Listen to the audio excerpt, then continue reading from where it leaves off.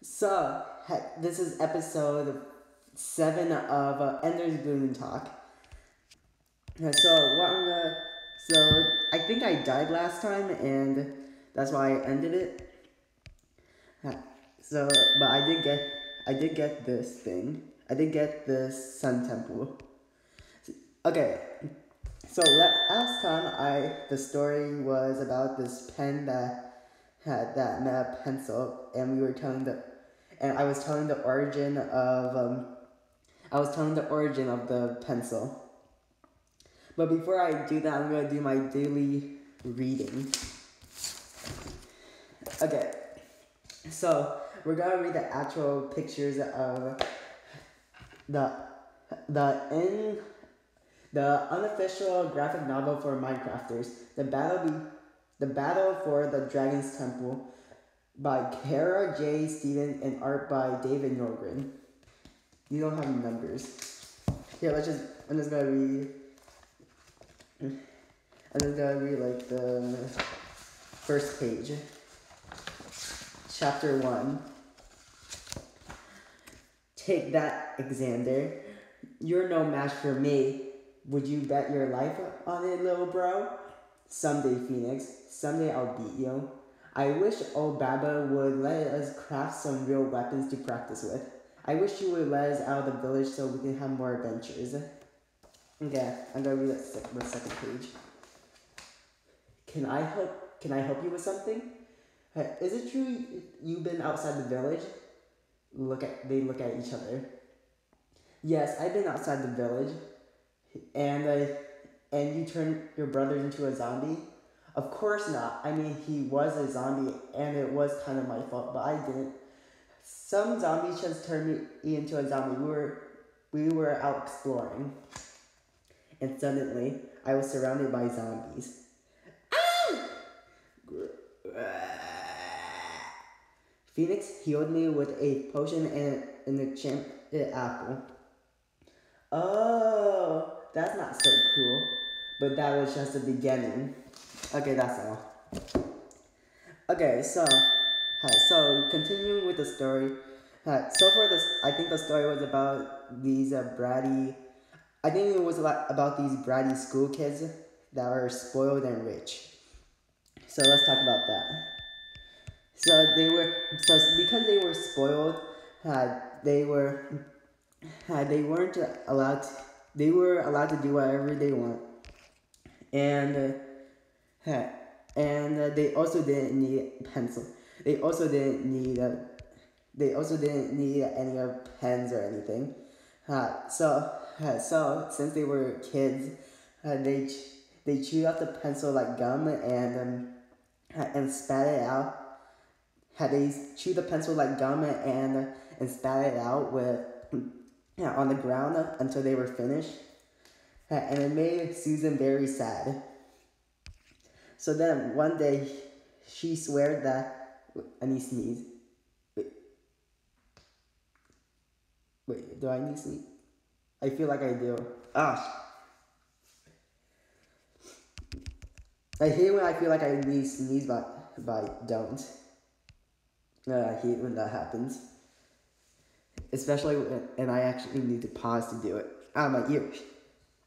Okay, so then she swore to take revenge on those little bratty kids. And her plan was to get a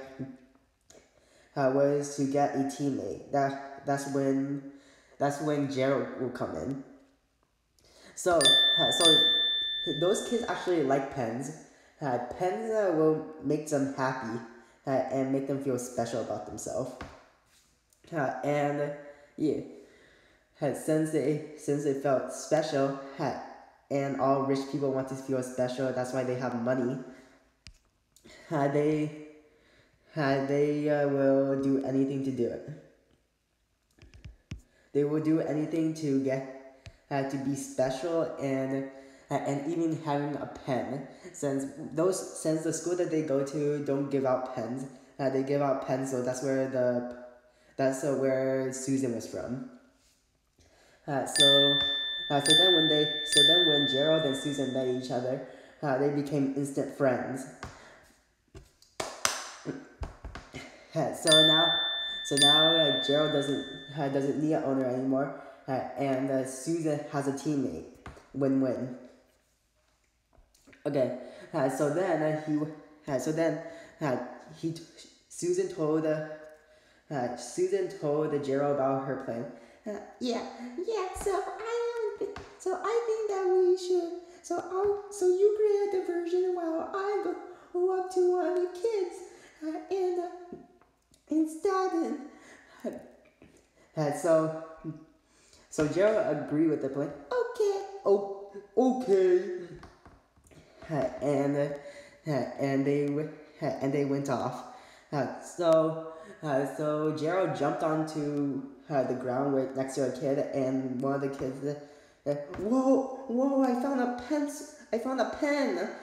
I'm gonna show all my friends this. I'm gonna be so cool, like all those popular kids inside those military schools. So he went to do that, and then the person that was actually holding him was the old owner. I think. Oh yeah, Rich Boy. So Rich Boy actually recognized him, but since he was at school, he didn't want to act ungrateful for that pen because even though it was like a normal pen that he threw out like a month ago, he wanted to feel special in front of all the other kids to make them jealous. But while he was doing that, the pencil came up. Susan came up and then stabbed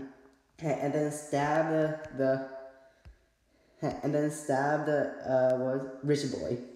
So he stabbed Rich Boy, making him cry. So then a teacher came up and oh no, what's wrong? And then the Rich Boy said, I have a pain inside my butt. Can you check it? And then the teacher said, no, I'll get a lawsuit. It will be better to just leave you crying. It's an alarm. Okay, so he just started crying even more. But then he had an idea. The Rich Boy's idea was to pull the pointy thing out of his butt, and what happened was the pencil held on, making it even deeper in. Eventually, he started screaming even more, like ah! And I feel like someone can hear me. And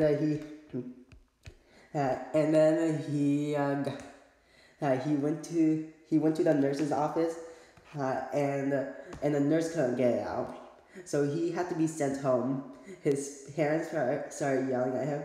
Why would you do that? You are such a drag. We're trying to be good parents here, and all you do is cause trouble. Maybe we should just send you. Maybe we should send you to an adoption center. You should be happy that you're here. But if this happens one more time, if you get stabbed inside the butt by a pencil one more time, then we're gonna send you to the adoption center. You got it?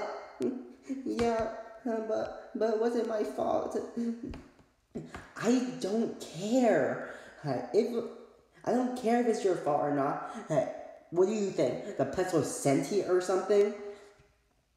And then he got grounded. The Rich Boy got grounded into his room while he was crying, with still the pencil inside his butt. The dad said that he would send him to the doctors tomorrow. And then the day later, he got a message from the school saying that he was expelled for yelling in class. during recess or something. So then, so then the, so then he went to, so then his parents found it, or, no, this time his mom found out, since his mom didn't know about the first one. Son, why would you do this? I give you so much stuff and so much chances, and I don't understand why you would treat us so badly. First we give you money, and now you give all you give to us is trouble. You don't deserve it. Your father was right. We should have sent you to the adoption center a long time ago. You know what? This is the last straw. Get out! The mom kicked the rich boy out of the house, and now he goes under a new name, Poor Board. So Poor Board was really sad that he lost all his money, his family. But there was some good news for the family. They had a new family member that they adopted. And it was a baby girl. Her name was Kira. So Kira was a very good girl. She followed all the rules, and she was pretty much the star kid, the favorite. But also there wouldn't be any favorites because she's the only child. And the mom and the dad was like, "Wow, you're so much better than rich boy. More like poor board." And the family laughed along too.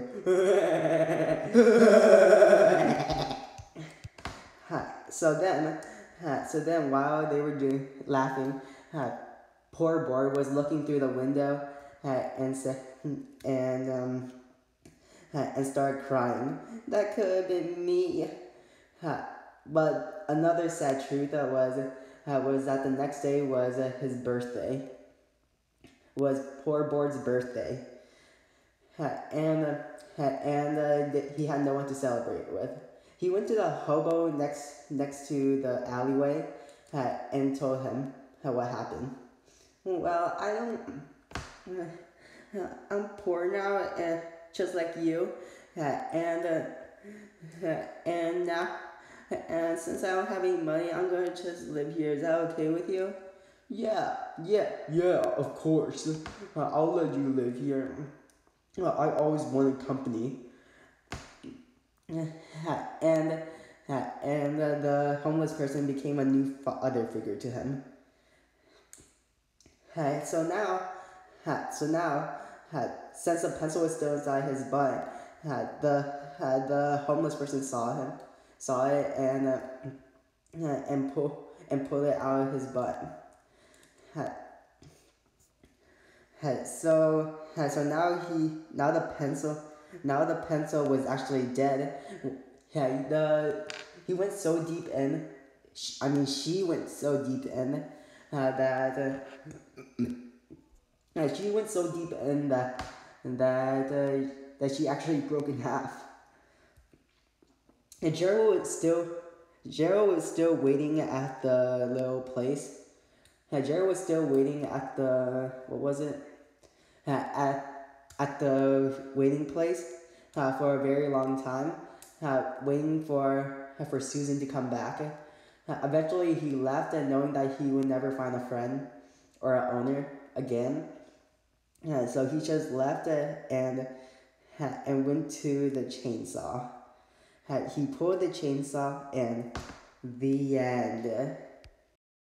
Okay, so I'm gonna end it here since I just realized that this was 14 minutes long. Hope you guys enjoyed the story. This one was the end of the story, and maybe I'll tell another story tomorrow. Hope you guys enjoyed it, and I'll see you guys inside the next Bloon and Talk.